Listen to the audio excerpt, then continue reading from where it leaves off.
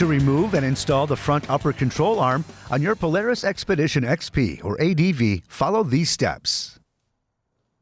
Park the vehicle on a flat level surface. Ensure it is in park, and remove the key.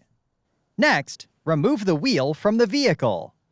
Begin by loosening the lug nuts while the vehicle is on the ground, but do not remove at this time. Then, safely elevate the vehicle. Reference your owner's manual for proper lifting techniques. Once safely elevated, remove the lug nuts and set aside. Then, remove the wheel and set aside. Next, remove the two brake shield fasteners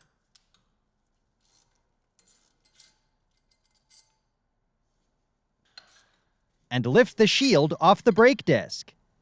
Then, with light pressure and high rotation speed, drill the brake line rivets out of the upper control arm to free the arm from the brake line. Use care to avoid damaging the brake line during this process. Continue by disconnecting the brake line from its retention point near the lower shock mount. Next, remove the lower shock mount fastener, nut, and washer. Discard the fastener and nut.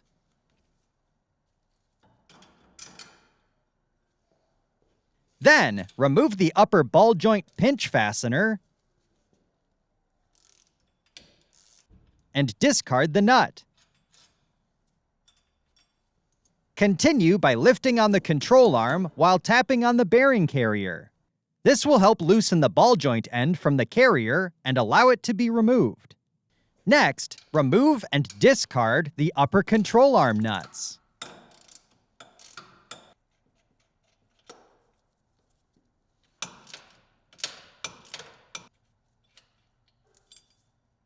If a winch is installed, remove the four front winch fasteners.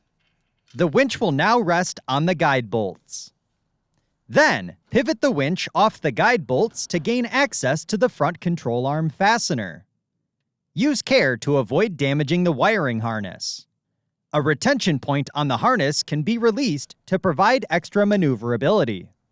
Continue by pivoting the winch forward as needed to remove the upper control arm fastener and washer. Then, reinstall the winch on the guide bolts and allow it to rest until reinstallation. Continue by removing the remaining control arm fastener. Then, pull the shock out and pivot the control arm around the brake line to remove from the vehicle.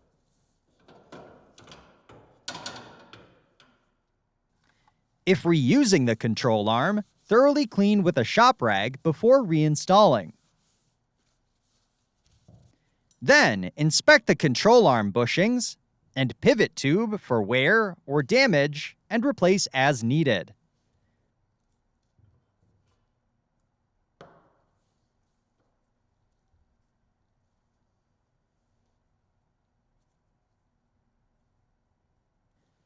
When reinstalling the bushings, ensure the tapered side is inserted into the arm. Also, ensure the control arm bushings are fully installed inside the arm before installing the pivot seals. If reusing the arm, inspect the ball joint and ball joint boot for wear, tears, or damage and replace if necessary. Next, align the upper control arm with the mounting holes in the frame, ensuring the brake line rests on top of the arm and on the rear side of the shock. Then, reinstall the rear control arm fastener and washer from the front of the vehicle and secure with a new nut. If a winch is installed, lift it off the guide bolts and pivot out to gain access to the front control arm mounting hole. Then, reinstall the control arm fasteners and washers from the front of the vehicle.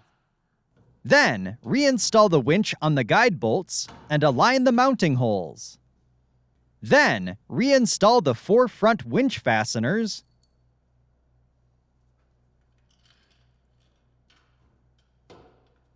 and torque to specification.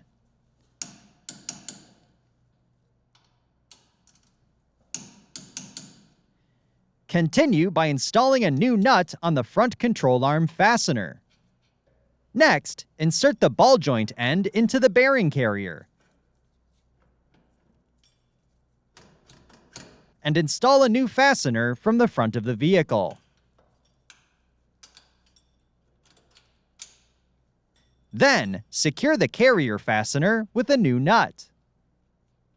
Continue by aligning the shock mounting holes and install a new fastener from the rear of the vehicle. Secure with a new nut. Next, torque the control arm fasteners to specification.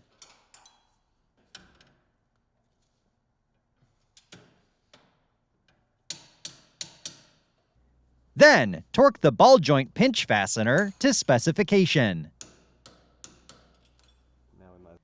Continue by torquing the shock mount fastener to specification. Next, press the brake line into its retention point near the lower shock mount. Then, align the brake line retainers with their mounting holes and secure with new rivets.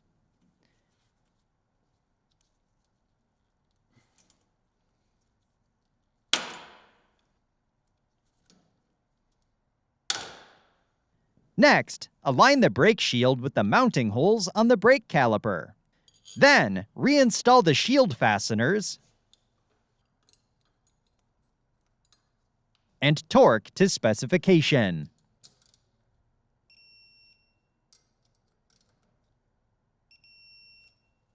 Next, install the wheel on the vehicle and tighten the lug nuts until fully seated. Once installed, safely lower the vehicle until the tires begin to touch the ground. This will help keep the wheel in place when torquing. Once lowered, torque the lug nuts to specification in a crisscross pattern. Finally, lower the vehicle completely. For more information, see your authorized Polaris dealer or visit Polaris.com.